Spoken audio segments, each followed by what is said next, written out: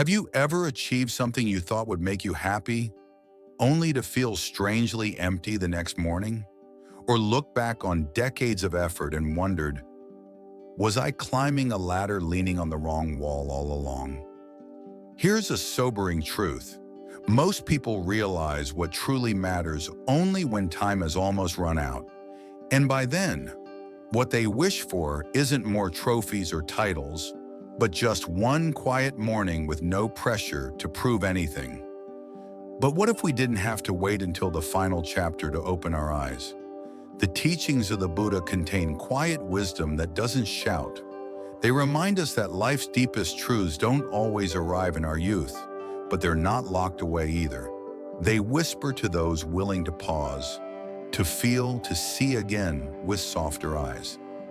In this video, we're going to explore 7 timeless truths that tend to reveal themselves after the age of 70, but they hold power for all of us right now, no matter where we are. These are the kinds of truths that don't just inform you, they transform you.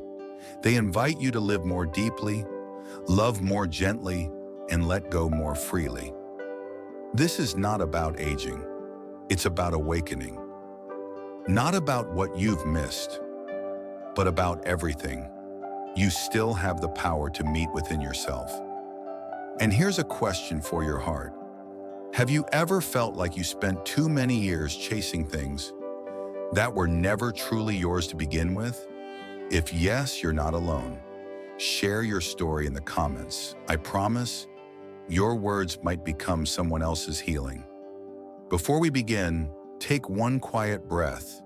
Let go of where you think you should be by now. Let go of who the world told you to become. What's about to unfold isn't a list of lessons. It's a mirror.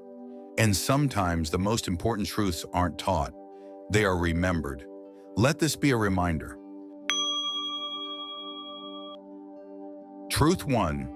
The illusion of status dissolves in silence. When your title is gone, who are you? There comes a moment, often quiet and unannounced, when the applause stops, the business card fades, no more titles, no more spotlights, just you, and the silence that asks, were you ever more than the roles you played? In Buddhist teachings, we call this clinging to form, the form of a job, the form of being needed, the form of recognition. But form, as the Heart Sutra reminds us, is empty. And when form disappears, so does the illusion of control. What's left is either suffering or awakening. I once met a man who had run 3 companies. On paper, he had everything. After retirement, he confessed to me, "I walk through my house like a ghost. No one needs me to solve anything anymore." And yet years later, I saw him again, this time sweeping leaves at a small Zen temple in Kyoto. He smiled and said, "Now I solve silence." There was no plaque on the wall, but there was peace in his breath. You see, our identity becomes fragile when it's built on external scaffolding. The mind is trained from early on to seek validation, especially through performance. Each promotion, each compliment, each follower online gives us a temporary high until it doesn't. It's like pouring water into a cracked bowl. No matter how much you pour, it never stays. Modern psychology calls this the false self, a personality constructed to be accepted, admired, and applauded. But here's the twist. When the audience disappears, so performer, and many realize they never actually knew who they were beneath the mask. What I've learned through practice is this: status is a borrowed garment. It keeps you warm in public, but leaves you naked in solitude. And here's where it gets interesting. The quieter you become, the more you start to feel your presence, not the projection, not the role, just presence. And that presence doesn't need to be important. It needs to be real. In the stillness, your energy stops chasing and starts attracting. Not through effort, but through essence. When you're no longer trying to be impressive, you become magnetic. People trust you not because of your resume, but because of your rootedness. Because peace has a resonance, and it's more powerful than prestige. Let me ask you something gently but directly. Has status ever made you feel important, but not whole? If yes, you're not alone. And the beauty is, you don't need to undo your past to come home to your truth. You just need to stop performing long enough to remember it. Leave a comment below. What title or identity did you once cling to? And what did you learn when it faded? But once the performance fades, a new fear creeps in. It's not about what we've done, it's about what others might think. Let's talk about that next. Truth 2. Other people's opinions were never about you. Most people weren't thinking about you. They were thinking about themselves. There's something oddly liberating and a little unsettling about realizing this. You were never the center of their world. You were barely a guest appearance. All those years spent overthinking.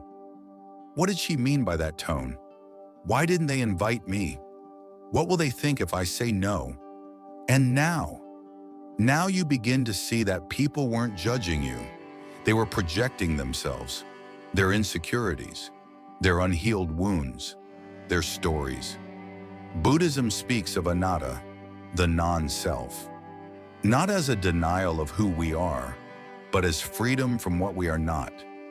We are not the roles they assign us. We are not the masks we wore to keep the peace, and we are certainly not the reflections in their ever-shifting mirrors. When you release the idea that there's a fixed self to protect, you no longer need to perform. Let me tell you a story. A man I once knew was a high-powered lawyer in New York, tailored suits, a penthouse view, and a watch that probably cost more than my car. But every morning, he woke with a weight on his chest, not from pressure, but from pretending. One day he walked away, traded courtrooms for a tiny coastal village where he now carves wood by hand. Out here, he told me, no one cares what I do. And I finally like the man who looks back at me in the mirror. That's the twist most people miss. Being misunderstood isn't the real fear. Being unseen by yourself is. From a psychological lens, much of our approval seeking begins in childhood. We learn to behave a certain way to be accepted.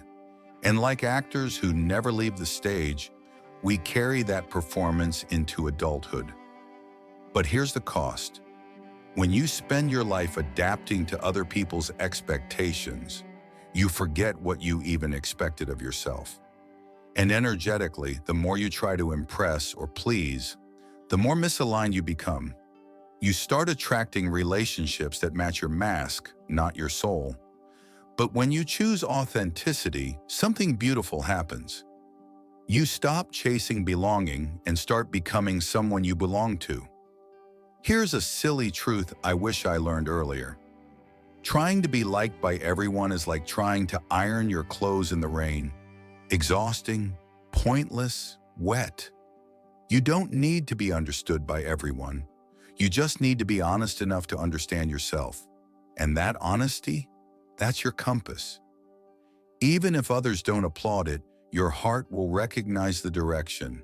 If no one was watching, no social media, no family expectations, what would you do differently today? Drop your answer in the comments. Someone out there might need to hear it. But here's the thing. Even when we stop caring what others think, sometimes the emotional weight of their past opinions still lingers. Let's talk about how to release that next. Truth 3. Forgiveness is how you drop the weight. Holding a grudge is like drinking poison and waiting for the other person to die. But here's the secret. You're the only one it's killing. We carry so much. Not in our hands, but in our hearts. And sometimes the heaviest things we carry are not objects, but people. Words they said, things they didn't, the apology that never came. At some point, you look back and realize the weight wasn't theirs. It was yours all along. In Buddhism, we speak of karma not just as a consequence, but as a continuation. When we hold on to anger, we continue the story. When we forgive, we interrupt it. Forgiveness isn't a gift you give to the one who wronged you. It's liberation for yourself. And no, it doesn't mean what they did was right. It means you've stopped letting it define you. I once heard a story of an old teacher who overheard his grandson shout, "I'll never forgive you." And in that moment, his heart broke, not because of the boy's anger, but because he recognized the same sentence he had shouted as a child, a sentence that had echoed for decades. That day, he didn't scold. He just held the boy close and whispered, "I carried that pain far too long. Please, don't let it steal your joy." Here's the twist. Anger feels like power, but it's a leash. And the moment you let go, you realize you weren't holding them. They were holding you. Resentment has a strange way of embedding itself into the body. You think it's emotional, but over time it takes root in your breath, your tension, your sleep. And yes, modern understanding now echoes this truth. Chronic anger is exhausting. It depletes your clarity. It pulls energy from your immune system, your focus, and your ability to love fully. Why? Because bitterness blocks the flow of life.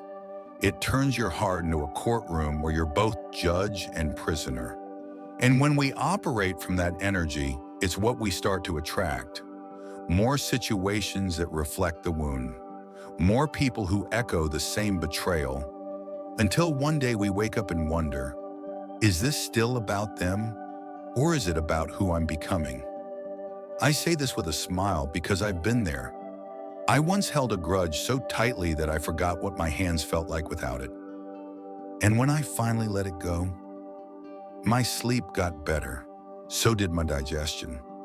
And maybe, just maybe, my sense of humor came back too. Letting go doesn't mean they were right. It means you're finally ready to be free. Is there someone you've carried long enough? A face, a moment, a sentence? You don't need to name them. Just notice the weight and ask yourself if it's time. And while forgiveness frees the heart from the past, there's another kind of release we must face, letting go of things, especially the ones we thought we needed to be happy. Let's go there next. Truth 4. Possessions fade, but moments last. The house was full, but it never felt like home.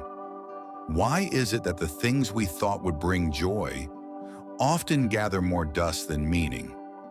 We spend decades collecting, books we never read, clothes we never wore, trinkets that once felt like treasure, now quietly sleeping in drawers.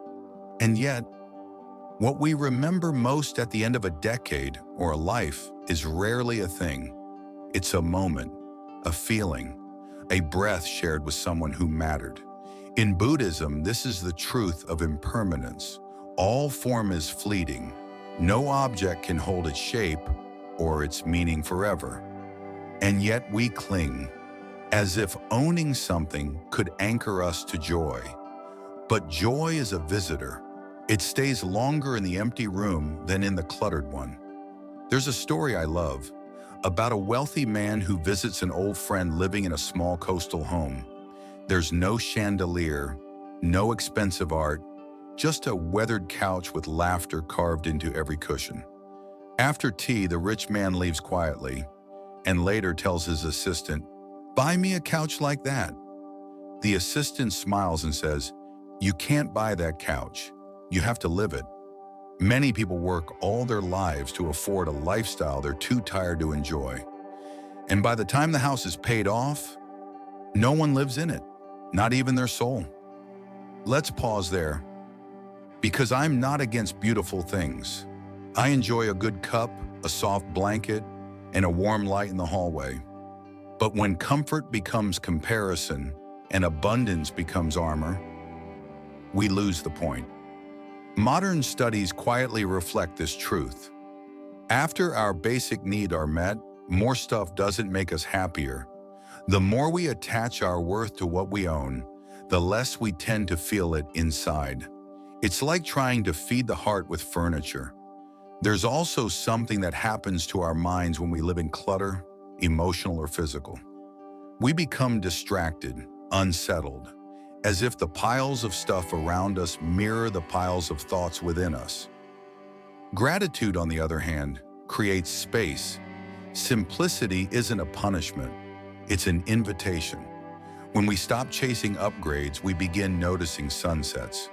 When we stop filling silence with things, the silence begins to speak.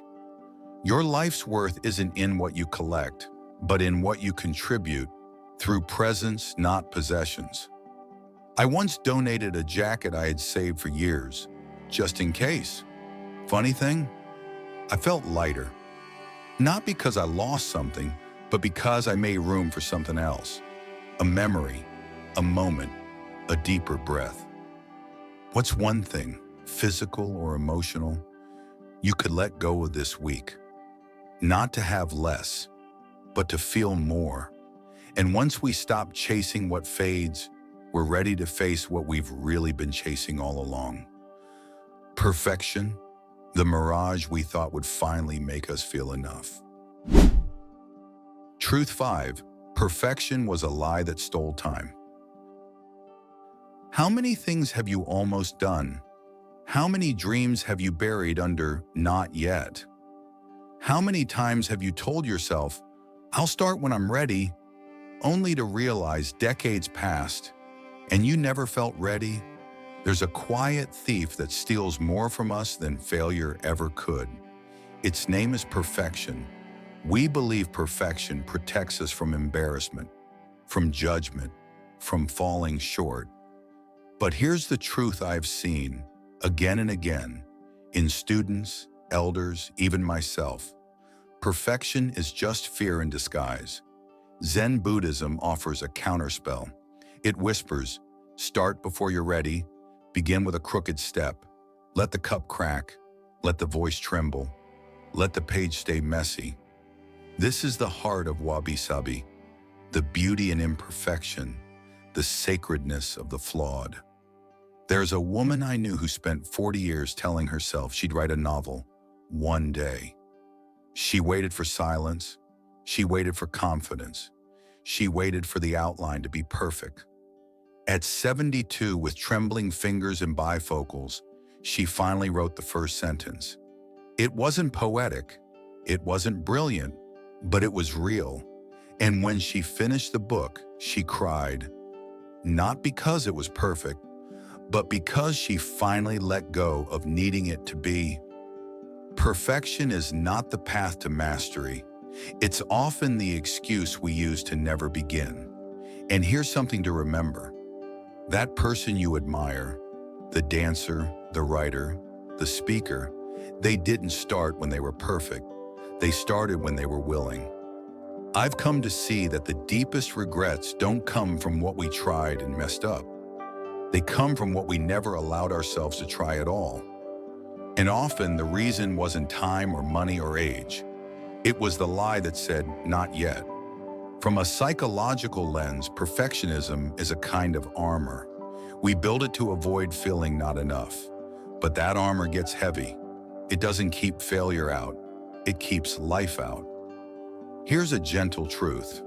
Every time you delay your joy, waiting for the perfect moment, you're telling the universe you're not ready to receive it. But what if the universe is just waiting for you to make the first imperfect move? Think of momentum like a river. It doesn't need you to swim perfectly.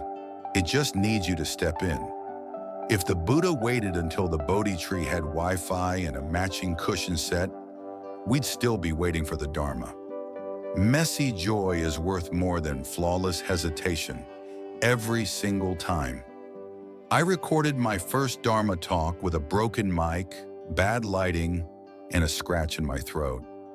But someone wrote to me later, "Your message saved my life. Perfection didn't do that. Presence did."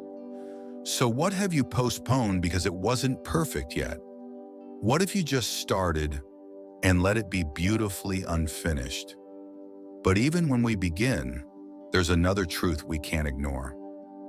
Time doesn't wait, and it's not just about how we use time. It's about how we feel it passing, especially when we lose someone we love. Truth 6. Time is slipping, use it gently. Real power doesn't speak loudly. It speaks through your life, in how you show up, even when no one's watching. There's a calm strength that appears when you no longer feel the need to explain yourself. In Zen, mastery is silent. It doesn't beg to be seen. It simply is, like the mountain, unmoved by weather, or the candle that burns without saying a word. We live in a world obsessed with declaring intentions, but intentions shouted often become distractions. The moment you say, "I'm going to change," your mind feels rewarded as if the work was already done. And so paradoxically, less action follows. Real growth happens in the quiet, in the days you don't announce, in the mornings you show up even when it's inconvenient, even when it's invisible. And over time, that invisible work becomes your new gravity. Quiet but undeniable. Years ago, I stopped telling people my goals, not out of secrecy, but out of reverence. I wanted to live them, not narrate them. And something shifted. I worked deeper. I rested better. And strangely, I no longer needed the finish line to feel whole, because the process itself became peaceful. There's a natural rhythm to momentum, each small act feeding the next, like footsteps creating their trail. You don't need the world's permission to begin. You only need alignment between your heart and your habits. And when those align, something magical happens. You no longer chase success. You become the kind of person who attracts it, not because of noise, but because of clarity. It's like the ripple in still water, gentle, steady, yet far-reaching. This, to me, is the essence of real power. Not the loud kind that demands attention, but the quiet kind that changes everything just by being present. And here's the truth no one told us growing up. You don't have to tell the world what you're building. You just have to build it and let the results speak for you. A monk once told me, "Flames that rise too quickly burn out by morning, but coals that burn steadily last through the night." If Buddha had Instagram, he probably wouldn't use it, because in Zen, there's no need to prove enlightenment. You just live it. You don't owe anyone your timeline. You owe yourself your truth. What's one quiet change you could begin this week without telling anyone? And when that quiet confidence begins to bloom, you realize something profound. You don't have to fight for your place in the world. You become the place where peace begins. Truth 7. True happiness was always within. You've looked everywhere. Career, relationships, travel, even spirituality. But what if joy was never missing, only misplaced? There's a moment in every sincere seeker's journey when the outside world fails to deliver what it once promised. Promotions lose their shine. Compliments start to feel hollow. Even the next trip or gadget brings only a flicker of joy before fading into the background noise. We think something's wrong with us, that we must be broken because nothing seems enough. But the truth is more gentle and more profound. In Buddhism, it's said, "The lotus does not bloom by chasing the sun. It blooms by sinking its roots into stillness." We've been taught to pursue happiness like a moving target, but happiness is not something you achieve. It's something you uncover by becoming fully here. And there's a strange paradox. When you finally stop trying to be happy, peace finds you. Not the euphoric kind sold in commercials, but the quiet, sacred kind that rises with a cup of warm tea or a morning breeze against your cheek. You may have heard of the hedonic treadmill, the mind's tendency to adapt to pleasure, always wanting more. It's why a new car loses its magic after a month, or why chasing approval leaves us feeling emptier than before. But awe, presence, gratitude, these don't fade because they don't depend on getting. They arise when we pause. A dear student of mine once told me, "I spent 40 years waiting for the world to calm down so I could be at peace. But now I just sit quietly with my tea, and the world seems to follow." That was her moment of awakening, not in a temple, not during a retreat, but at her kitchen table, cracked mug in hand, bird song in the distance, nothing to prove. And that's when it finally made sense to her. Happiness had never been outside. It had only been drowned out by noise, by expectations, by the constant chase. Here's a playful image I love. Imagine you're wearing your reading glasses on your head, tearing apart the house looking for them. You search every room, you blame the dog, you even check the fridge, only to discover they were with you all along. That's how joy works. It's not gone. It's just waiting for you to stop searching and start seeing. You are not broken. You are not behind. You are simply invited to return to this breath, this moment. This version of you has always been enough. And the beautiful twist, once you connect with this quiet contentment, your outer world shifts too. Not because you forced it, but because your frequency changed. Your relationships soften. Your choices become clearer. You begin to attract what resonates with this inner peace because now you carry it. You don't need a perfect life to feel complete. You just need to remember the completeness that's already inside you. Right now, without changing anything, what simple joy can you notice? A sound, a scent, the way your chest gently rises. You've just walked through 7 truths that don't belong in a notebook. They belong in your life. These weren't abstract ideas. They were reflections of your own story, just waiting to be remembered. Because deep down you already knew, status fades, opinions pass, things break, time slips. But presence, love, forgiveness, simplicity, those are eternal. Buddhist wisdom doesn't ask you to add more to your life. It gently removes what was never truly you. Not to empty you, but to reveal the peace that's been buried beneath the noise. So here's the invitation. Don't wait until you're 70 to come home to yourself. Start now with one breath of awareness, one conscious choice, one small moment where you let go of what doesn't matter and embrace what always has. Imagine the next 10 years not as a countdown, but as a return. Not a slow fading, but a luminous blooming. That is the true promise of awakening. If this video stirred something in you, don't keep it to yourself. Share it with someone you care about. And if you'd like to keep walking this healing path together, subscribe. Gentle wisdom is waiting, just around the bend. And remember, no matter your age or stage, the path home is not in the distance. It is here. It is now. You're not late. You're right on time.